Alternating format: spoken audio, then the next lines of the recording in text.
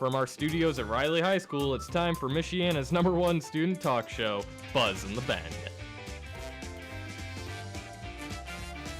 Hello and welcome to Buzz in the Bend, Michiana's #1 student talk show. I'm Alex Almanza. I'm Ryan Pandori. I'm Bernardo Malone. And what a summer break we've had. This is our first Buzz in the Bend show of the senior school year. Are you guys excited?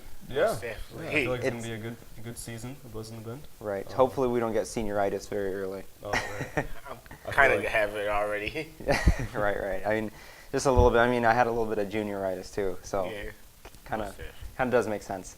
In school news this week, Sue Coney resigned as Director of Communications for the South Bend Community School Corporation, which is a position she held for more than 23 years. She will now serve as Director of Communications for the Kalamazoo, Michigan School District. The South Bend Schools Department of Communications will be restructured, and new positions will be announced soon. We wish her all well. And hopefully it all goes well, like we said. Right. 26 years is a long time. Yes, that's I haven't even been alive for I don't know how 26 people do years. that. It's an issue many of us are far too familiar with. You pull up into your favorite fast food joint, you order your favorite menu item, your favorite Big Mac, soft drink, whatever, only to find out they're all out. Well, that nightmare became a reality for the new Popeyes chicken sandwiches. According to a tweet from the company early Tuesday morning, the newly released sandwiches are all sold out nationwide. However, in the tweet, Popeyes reassured customers that the popular menu item would be back for good. But it didn't take long for fans to get riled up. Rapper Quavo of the popular hip-hop group Migos joined in on the frenzy by joking that he would be selling the popular sandwich from the trunk of his car for $1,000 a pop. Now, the real question is, Popeyes or Chick-fil-A? What do you think? I'm going to say something right now. Uh-huh. I've never had Popeyes. Well, you know what? I've had Popeyes, but I've had the chicken. Really? It's pretty good. The biscuits are a little alright. Like you said, Bernard, they're a little dry. But. Yeah, a little dry, but for me, I'll go with Chick-fil-A any day because Popeyes, you gotta wait 45 minutes to get a chicken sandwich. Like, what's that? Well, maybe that's why, because there's been so many lines. And also, Right. If you didn't know, a manager down in Georgia wants to get rid of the chicken sandwich from their menu, just because they have to hire police to control all the lines, and it's way too much. So it's definitely a big hassle. Right. Definitely a big hassle. Yeah, that's too much. Yeah, so I'm going to have to stick with Chick-fil-A for now. Yeah, Chick-fil-A, wait in line for 2 or 3 minutes and be gone. Yeah. Now, Wednesday was National Bow Tie Day. This celebration has been happening since 2007. Now, for me, I'm not a really big bow tie guy because when Weren't you rocking a bow tie at a winter formal, or was that prom? it was at prom, Right. Wow. so I really didn't want to do that, but my mom made me. Your mom made you. Well, also Oliver Davis. Oh, yes. Mayoral candidate. He always rocks the bow ties. Yes, he was actually my 8th grade counselor over at Dixon Middle School. And every day he had some silly bow tie on. I'm like, man, how do you do it?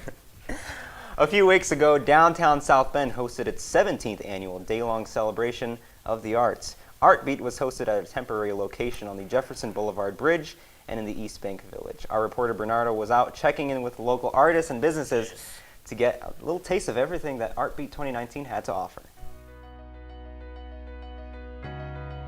I am always looking forward to Artbeat every year. It's like the highlight of the summer living in South Bend. I saw it. I had seen the festival before I came originally and thought it was really fun and a cool idea, and always wanted to share my art with people, so it seemed like a great opportunity. Something about South Bend's Artbeat is you really get more of the local flair. Some of these other bigger art shows, you get people coming in from around the country, but when you go to the local show, you might even know some of the people that you meet. My goals here today are to find people that love and are as crazy as me about the stuff they make, and make connections and awareness of all the crazy, ridiculous movies we make.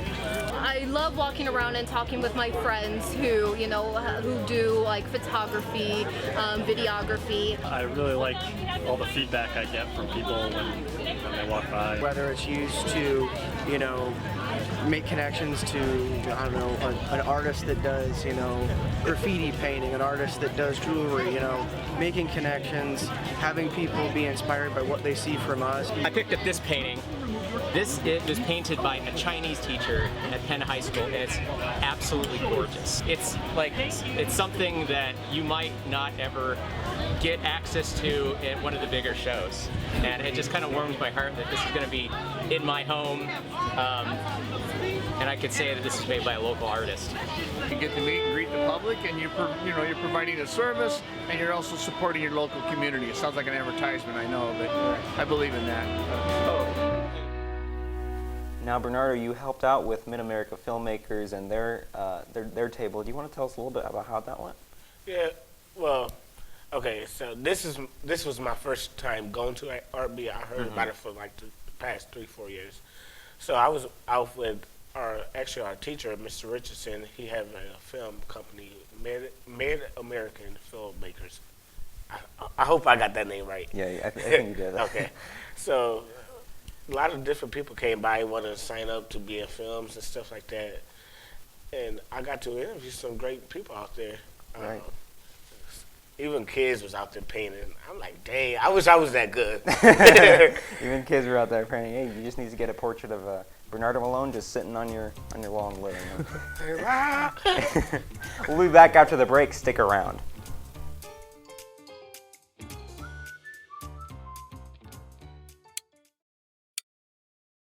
Teachers typically give 3.5 hours worth of homework for grades 9 through 12. 61% of students say they face a lot of pressure to get good grades. 29% of students say they feel pressure to look good.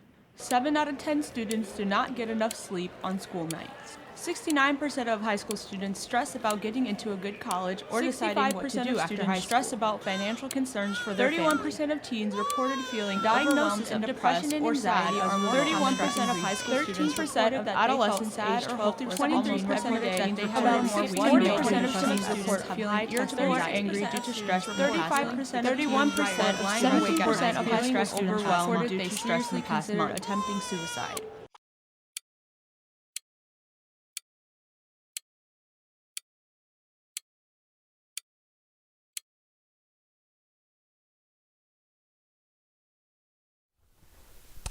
Now, student stress is a big problem here in high school especially. I don't know about seniors, but I mean, you have to think about college and all these different things, even if you're in sports. What are some of your experiences with all this stress that's just thrown on top of you? Well, for me, since I play football, so I get a lot of stress from doing homework, well, going to practice, going home, do homework, eat dinner, doing all that. I'm so stressed out after 7 o'clock.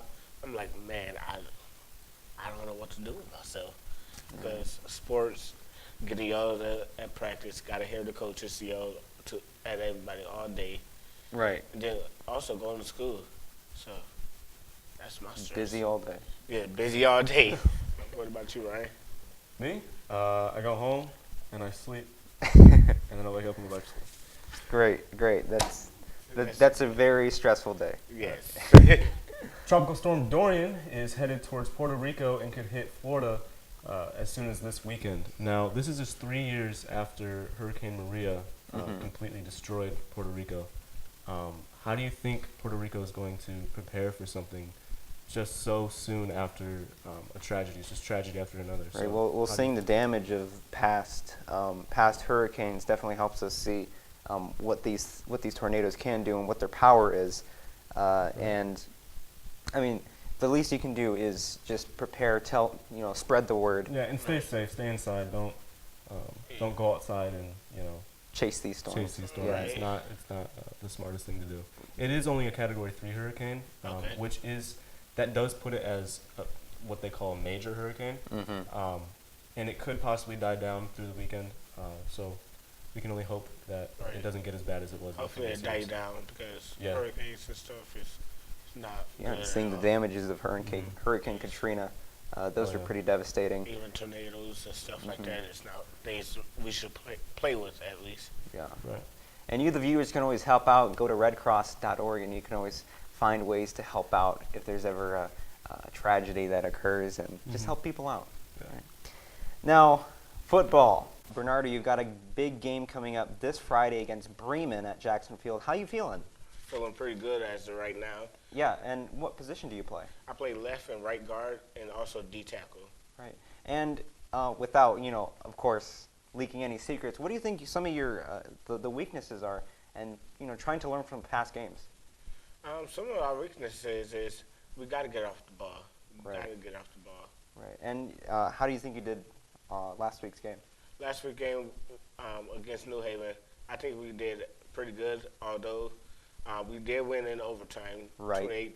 28 to 27, and we had some mess-ups, so we just got to keep straining ourselves. So a win for the Wildcats. Yes. Like I said, I was there last week cheering on Bernardo, and why don't we take a look at some highlights from that day?